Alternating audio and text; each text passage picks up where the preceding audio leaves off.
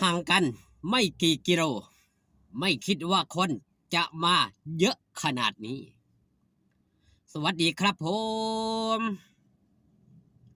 สวัสดีพี่น้องป้องปายครับมิตรหมอแคนแฟนหมอล่ำยินดีต้อนรับเข้าสู่ช่องไทยซีเกตชาแนลสวัสดีไปยังแฟนคลับ FC หลาดหน่อยอุ้งอิงแฟนคลับ FC สาวหน่อยเพชรบันแพงสู้ขู่สู้คนเด้อครับเด้อมาพบ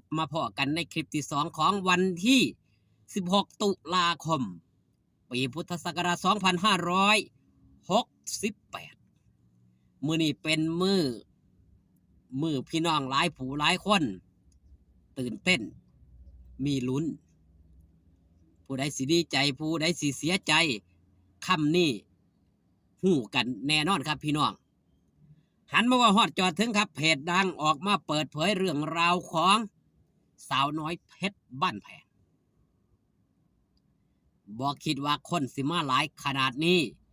มือว่านเล่นที่สีชมพูเนาะพี่น้องเนาะว่าห่างกันบอกกี่กิโลสีชมพูมาทางด้านชุมแพพี่น้องมิตรหมอแค้นแฟนหมอล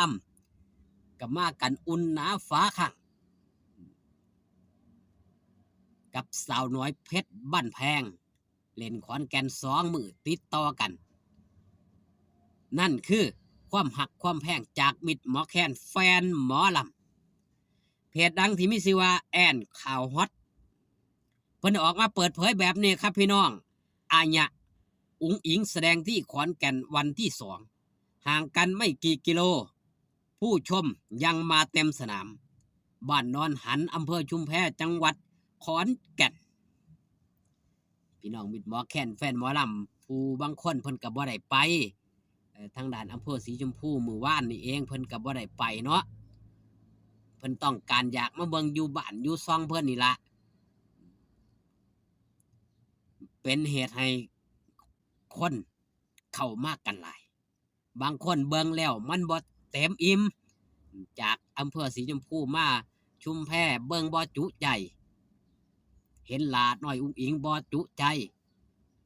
เห็นโชว์สาวน้อยเพชรบันแพงบ่เต็มมันยังบ่อิ่มว่าซั่นเถาะก็เลยนำมาอีกก็มีครับ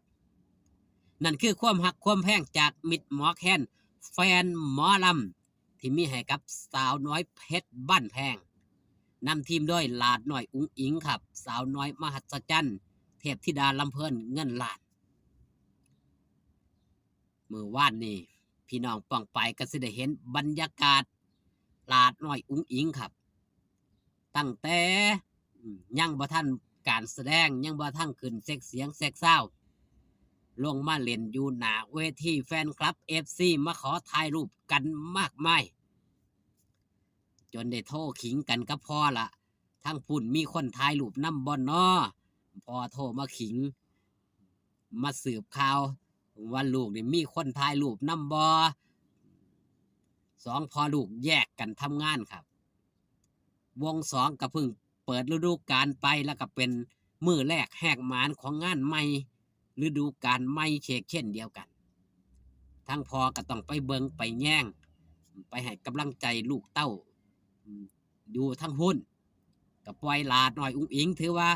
ว่องหนึ่งนี่ยื่นแล้วครับว่องหนึ่งนี่ยื่นแล้วยื่นได้แล้วมีหลาหน่อยอุ้งอิงเป็นผู้เบิงผู้แย่งเป็นผู้หัวหน้าน้อยอยู่ตั้งพี่พอกะไว้ว่างอกว่างใจกับทีมงานผู้บริหารหลายผู้หลายคนที่ได้แต่งตั้งมาเบิงมาแย่งก็ถือว่าผ่านพ้นไปด้วยดีมีความมวลความซื่นกันมากมายสำหรับสาวน้อยเพชรบันแพงทำการแสดงสอดแจ้งจางปางสำหรับหลาดหน่อยอุ้งอิงเป็นศิลปินที่ยังครับที่มีความหักความแพงมีใจหักแฟนคลับ FC มีใจหักงานที่เจ้าของต้องการได้ทำอยากสิเฮ็ดงานอย่างเต็มที่ย่านเอาเปรียบหมู่นั่น คำของหลาน้อยอุ้งอิงจะเป็นจังสั่นครับย่านผู้อื่นเขาว่าด้วยคำว่าย่านครับหลาน้อยอุ้งอิงจึงเฮ็ดให้เป็นตัวอย่างเฮ็ดให้เห็นนั่นเองเดี๋ยวเพิ่นว่าโอ้เป็นลูกเจ้าของวงเป็นศิลปินดังแสดงจบก็ไปแสดงจบก็พักมันก็มีคำเว้าคำจาคำติอยู่หั่นล่ะครับเพราะว่าคนบางคนหลายผู้หลายคนจะชอบเรามันก็ยิ้มจะมีบ่จักคนที่บ่ชอบแล้วก็มีความเห็นต่างมันก็ย่อมเกิดขึ้นอยู่แล้วดังนั้นต้องการคำตัดคำข้อรหาต่างๆของหลาน้อยอุ้งอิงนี่ก็เลยเฮ็ดให้เห็นครับเฮ็ดให้เห็นว่าหลาน้อยอุ้งอิงนี่เฮ็ดงานสู่กับงานคู่กันไปกับพวกพี่ๆน้องๆหลายผู้หลายคนเฮ็ดคือกันบ่เอาเปรียบกันนั่นคือสิ่งที่หลาน้อยอุ้งอิงเฮ็ดและก็เป็นตัวอย่างแฟนคลับ FC ส่วนหนึ่งครับหลาน้อยอุ้งอิงโดยเฉพาะผู้มีอายุนี่แฟนคลับ FC หลาน้อยอุ้งอิงครับเป็นส่วนมากต้องการอยากจะมาเบิ่งต้องการอยากจะมาแย่งผู้ลางคนก็ได้เบิ่งแต่หน้าจอโทรศัพท์บ่เคยเห็นโตจริงจักเทื่ออยากสิมาเห็นจักครั้งอยากจะสิมาเห็นจักเทื่อพอตลาดน้อยอุ้งอิงออกมานี่ก็ฟ้าวมาครับบ่มาหยังดอกมือว่านนี่ส่วนหลายมาจับไม่จับมือก็ขอของดีนี่ละขอของดีสินำมาใส่ในมือนี่ละ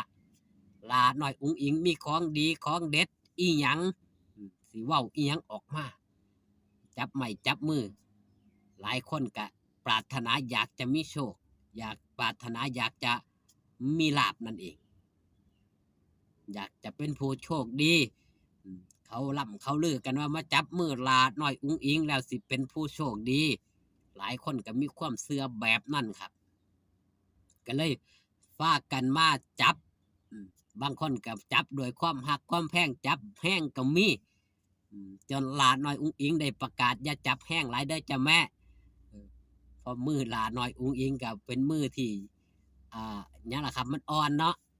ผู้ลางคนเพิ่นก็กำด้วยความมันเขี้ยวมันใส่ด้วยความอยากหยอกผู้ใหญ่อยากหยอกเด็กน้อยนะครับมันเขี้ยวก็เลยกำแห้งจับบีบคั้นแห้งเป็นธรรมดาขอบคุณพี่น้องป้องปายขมิตหมอแคนแฟนหมอลำที่ได้เข้ามาเบิ่งมาแย่งเด้อครับเด้อพ่อกันคลิปหน้าสบายดีครับผม